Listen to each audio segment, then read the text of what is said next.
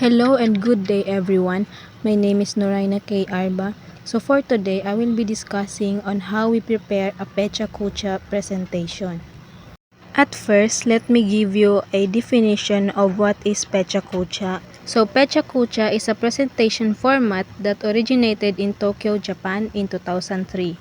The term Pecha Kucha translates to chit-chat or chatter in Japanese. It is a concise and fast-paced style of presentation that follows a strict form. In a Pecha Kucha presentation, the presenter uses 20 slides, each displayed for 20 seconds, resulting in a total presentation time of 6 minutes and 40 seconds. The slides automatically advance every 20 seconds, allowing the presenter to deliver a concise and focused talk. So, Pecha Kucha presentations are often used to share ideas, experiences, and stories in a dynamic and engaging way. The format encourages presenters to be concise, creative, and visually impactful. It requires carefully planning and preparation to ensure that each slide effectively conveys the main points or messages. So, Pecha Kucha events are popular worldwide and are often held in informal settings such as conferences, creative gatherings, or community events.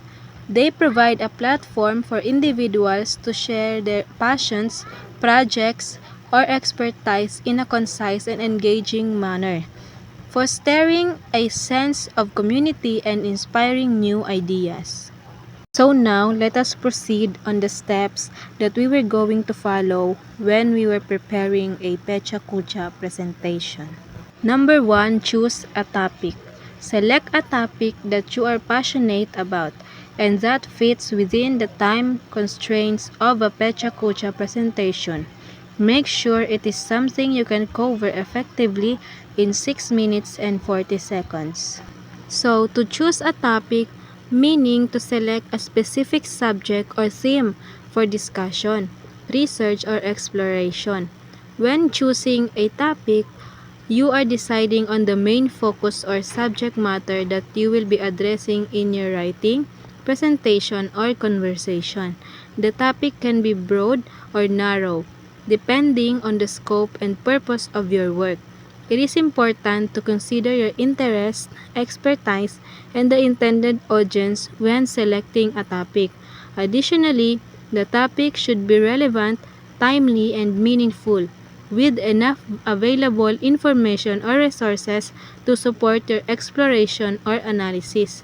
Choosing a topic is the first step in the process of creating content and sets the direction for your work. Number 2. Define your main message. Determine the key message or idea that you want to convey to your audience. This will serve as the foundation for your presentation. So when we say define your main message, means to clearly and concisely articulate the central idea or key takeaway that you want to convey to your audience. It involves summarizing the core message or purpose of your communication in a way that is easily understood and memorable. Defining your main message is important because it helps you stay focused and ensures that your communication is clear, cohesive, and impactful. It serves as a guiding principle for organizing your content and selecting supporting points or evidence. Your main message should capture the essence of what you want your audience to understand, believe, or act upon engaging with your communication. You should be specific, compelling, and aligned with your overall goals and objectives. By defining your main message, you can effectively communicate with your intended meaning and make a lasting impression on your audience. Number 3 is create an outline. Outline the main points or sections of your presentation. Divide your 6 minutes and 40 seconds into segments to ensure a smooth flow. So when we say outline is a structured plan or framework that outlines the main points, sub-points, and supporting details of a piece of writing or presentation. It serves as a roadmap or guide, providing a logical and organized structure for the content. Outlines typically follow a hierarchical format, with main ideas or headings at the top level, followed by subpoints and supporting details indented beneath them. This helps to ensure coherence, clarity, and a logical flow of ideas in the final piece of work. Outlines can be used for various types of writing, such as presentations, and they help writers to stay focused and organized throughout the writing process. Number 4, select your visuals. PechaKucha presentations rely heavily on visuals. Choose high-quality images, graphs, or diagrams that support your main message and enhance understanding. Each slide will be displayed for 20 seconds, so make sure the visuals are clear and impactful.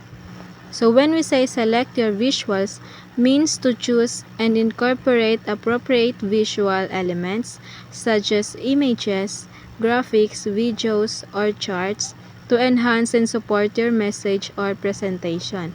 Visuals can be powerful tools for communication, as they can help convey information, evoke emotions, and enhance audience engagement. When selecting visuals, it is important to consider their relevance, clarity, and impact. They should align with the content and purpose of your message and effectively illustrate and reinforce key points. Visuals should be visually appealing, easy to understand, and accessible to the audience. Additionally, it is important to ensure that the visuals are used ethically and legally, respecting copyright and intellectual property rights. Overall, selecting visuals involves carefully curating and incorporating visual elements that enhance the effectiveness and impact of your message or presentation. Number 5. Craft your script. Write a concise script for each slide. Keep in mind that you will have limited time to speak for each slide, so aim for clarity and brevity. Practice delivering your script to ensure it fits within the time limit. So when we say craft your script, means to carefully and skillfully create or develop the written content for a specific purpose, such as a speech, presentation, video, or performance. It involves carefully planning and structuring the content, selecting appropriate language and tone, and organizing the information in a coherent and engaging manner. Crafting a script requires thoughtfulness and attention to detail, as it involves shaping the message, considering the target audience, and ensuring the desired impact or outcome. It may involve researching, outlining, writing, revising, and refining the script until it effectively conveys the intended message and achieves the purpose. Overall, crafting a script involves the creative and strategic process of designing and composing the written content to effectively communicate and engage with the intended audience.